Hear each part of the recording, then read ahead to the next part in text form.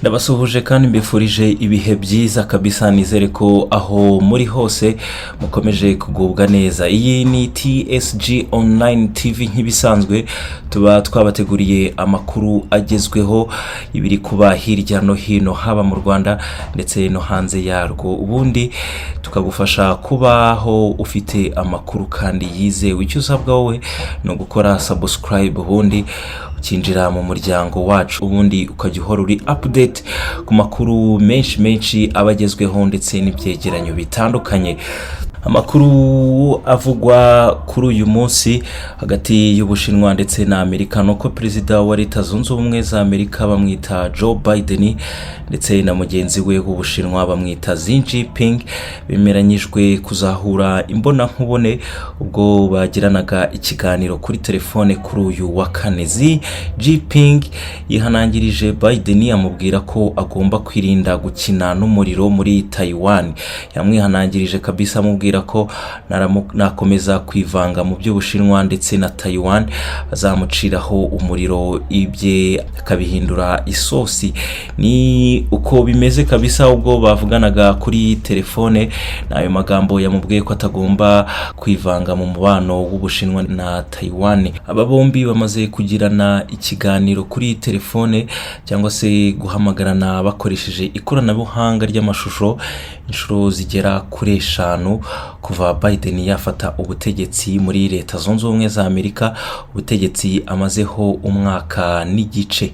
Inama bazahuriramo izaba ibaye inshuro ya mbere babonana, ndetse bazaba babonanye amaso ku maso, ariko ntihatangajwe igihe aba bombi bazahurira. Umwe mu bayobozi ba Amerika yatangarije ibiro ntaramakuru by'Abafaransa AFP ko hashyizweho amatsinda ashyira ku murongo iyo gahunda kuko bemeranyijwe ko ari y'agaciro ku mpande zombi. Bivuze ko ni inama izaba ari y'agaciro ku mpande zombi, ari Amerika ndetse n'Ubushinwa. Ikiganiro bagiranye kuri telefone ngo cyamaze amasaha 2 n'iminota 17 bagaruka ku makimbirane akaze ibihugu bikomeye mu bukungu bw'isi bifitanye. Murabizi Ubushinwa na Amerika kabisa ntabwo barya imbizi, na makimbirane babafitanye ashingiye ku by'ubukungu.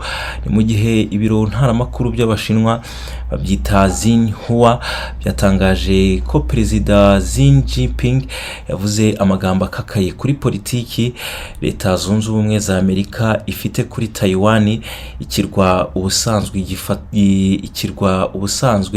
gifitanye ubufatanye bwa bugufi na Leta Zunze Ubumwe za Amerika, ariko Ubushinwa bukaba bugifata nk'agace kabwo. Ati abakina n'umuriro amaherezo barashya. Nizeye ko uruhande rwa Leta Zunze Ubumwe za Amerika rubyumva neza. Aya ni amagambo Xi Jinping yavugaga ndetse abwira abanyamerika ko bagomba kwitonda kandi ko burya ukina n'umuriro ashya byanze bikunze. Aha Xi Jinping yasubiragamo aya magambo yari yavuze mu Gushyingo umwaka ushize. Urumva ni amagambo agenda agarukwaho n'uyu muyobozi w'Ubushinwa bamwita Xi Jinping. Umwuka mubi ushingiye kuri Taiwan uri gufata indi ntera, ibitanga isura ko Xi Jinping ashobora gushoza intambara ndetse akayishoza intambara kuri Leta Zunze Ubumwe za Amerika. Ubushinwa ntibwakiriye neza gahunda itaremezwa ya Biden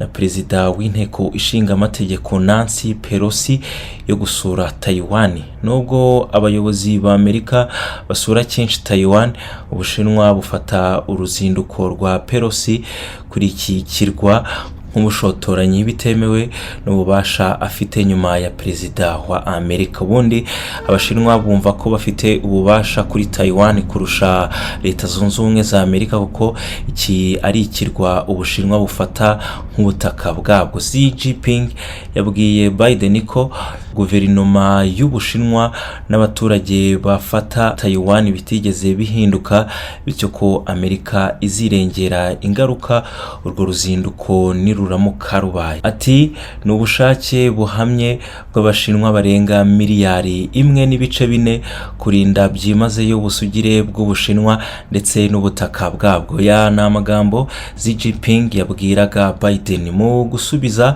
Biden nawe yabwiye Xi Jinping ko politiki ya Amerika kuri Taiwan itigeze nayo ihinduka.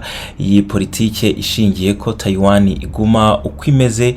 Amerika ngo yemera ubusugire bw'Ubushinwa ariko ikamagana ko bwagira amategeko ayo ariyo yose bushyira kuri Taiwan, ahubwo ikagumana ubutegetsi budafite aho buhuriye n'Ubushinwa. Ni mu gihe Ubushinwa bwo bufata iki kirwa nk'ubutaka bwabwo, Amerika yo irashaka ko Taiwan yigenga nk'igihugu ndetse ikagira amategeko yose, ndetse ayo mategeko adafite ahahuriye n'Ubushinwa. Aha rero ushobora kwibaza ubundi ikibazo kigira kiti, ubundi izi ni impuhwe Amerika ifitiye Taiwan?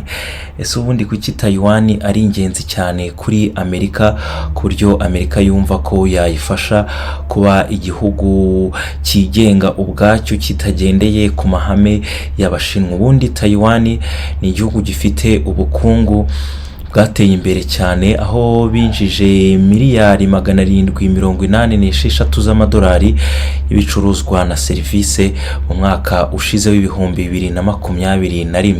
Urumva ko ari igihugu kiri gutera imbere cyane. Amerika rero na Taiwan bifite umubano wimbitse, kandi umubano ugenda wiyongera mu bucuruzi ndetse n'imari zitandukanye, ibintu biteza imbere inyungu za Amerika kandi bigafasha guha amahirwe y'ubukungu bwa Amerika nk'uko byagiye bigarukwaho cyane.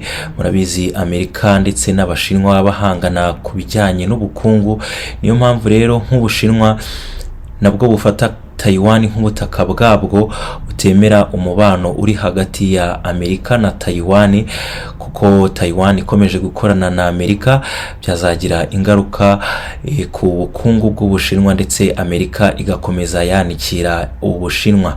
Niyo mpamvu rero Perezida Xi Jinping abwira Amerika ndetse akayihanangiriza ko itagomba kwivanga mu mubano wabwo na Taiwan, kandi ko uru ruzinduko Amerika izagira muri Taiwan batagomba kurukora kuko ari ugukina n'umuriro. Ngayo nguko rero ayo niyo makuru avugwa hagati ya Amerika ndetse n'Ubushinwa. Niba ushaka kujya ugezwaho amakuru nk'aya ndetse amakuru ari kuvugwa hirya no hino, we nta kindi usabwa gukora ni subscribe gusa, ndetse ugakanda no kukazogera ka notification, ubundi ukajya ugenda ugerwaho n'amakuru menshi kabisa. Mukomeze kugubwa neza.